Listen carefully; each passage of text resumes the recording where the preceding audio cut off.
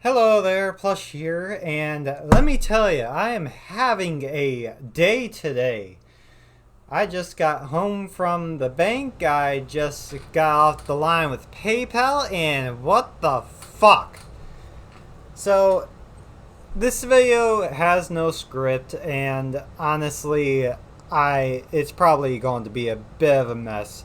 But for a bit of context, last night, which is July 1st, 2022, I was awake very, very late. I was messing with computer stuff. I was learning how to do virtual machine stuff from a Some Ordinary Gamers video.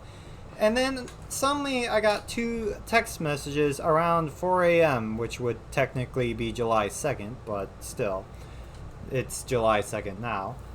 One of them was from my bank saying that a $200 transaction through PayPal had been approved, with the other being from PayPal themselves, also saying that they have approved a $200 transaction.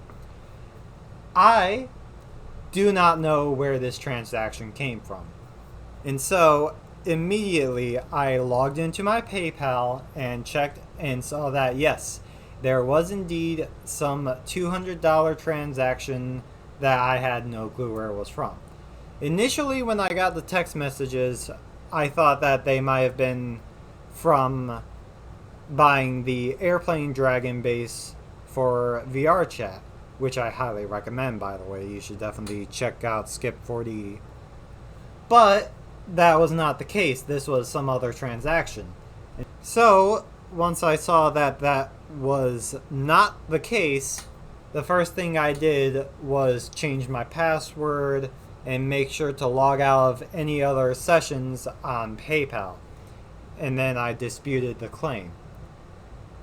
Of course, with it being 4 a.m. by that point, and with me already being up much later than I should have been by then, I went to bed. Around 2 hours later, even though PayPal themselves says that a dispute can take up to 5 days, it got denied immediately.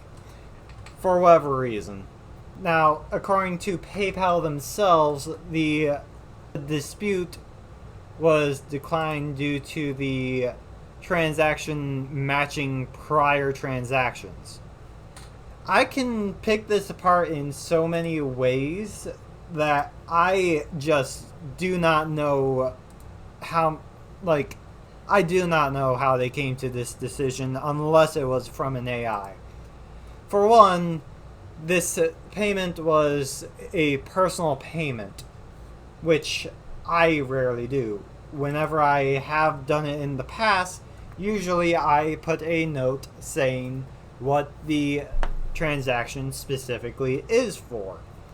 For example, I have had to pay, and this is also why I recommend invoices if you are a seller as well, so that your customers don't have to deal with this bullshit either. But from the people that I have sent money through, non-invoice, usually I'll put a note saying what the transaction is for and stuff like that. The fact that this payment did not have any sort of note should have been a red flag. In addition to that, this is an account that I had never paid money to, which, again, to be fair, there are times where I have paid money first time to an account, but I also haven't disputed any before. So the fact that there was a denial so quickly is just, I don't understand it. Another thing that just sort of caught my eye is that the email that the recipient is from is literally first two initials PayPal 2022 at gmail.com.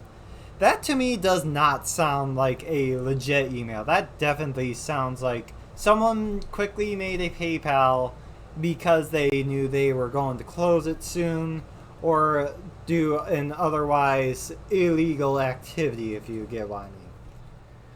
I am not going to say allegedly because this is a transaction I did not approve, and if whoever I am not going to give the name because that might be illegal, but if this person wants to come at me with a lawsuit, I will dispute you in court. Fight me. So, once I woke up and saw that there was a denial, I called PayPal. I got put on hold, and they have that thing where you can hang up and they will call you back. And so I did that and went to my bank.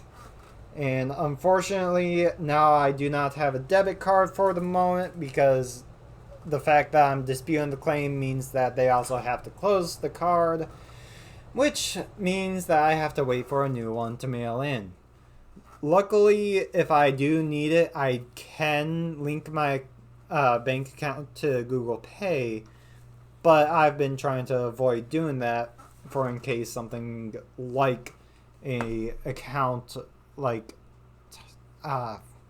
I'm saying a lot, and I apologize if I don't edit this really clearly. But I've been trying to avoid using services like Google Pay that uses your bank account directly for things like this. I am lucky that I did not link my bank account to PayPal, because oh my goodness, if I did, that would be a disaster. So that's basically the situation in full. As of right now, I did get a call back from PayPal, and they are going through an appeal. So hopefully I do get my $200 back through them. And even if I don't, I'm hoping that my bank will recognize that there was a fraudulent claim and are able to reverse it. If not, well, that's just $200 gone for absolutely no reason. And I'm probably not going to use PayPal again after this.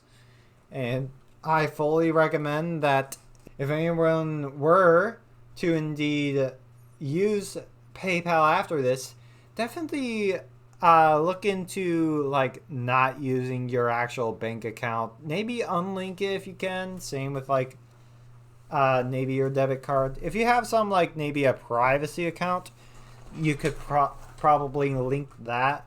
And even then, even though I do use privacy, I still don't like the fact that you have to link your bank account with it. So use with caution, I would say. That's about all I got. Sorry for the video being a bit rambly and a bit unfocused, but this is something that I cannot understand how this went through, nor do I like the fact that I'm having to deal with this nonsense. So if you liked my suffering, I hope you enjoyed the video. That's all I got for you. Oh.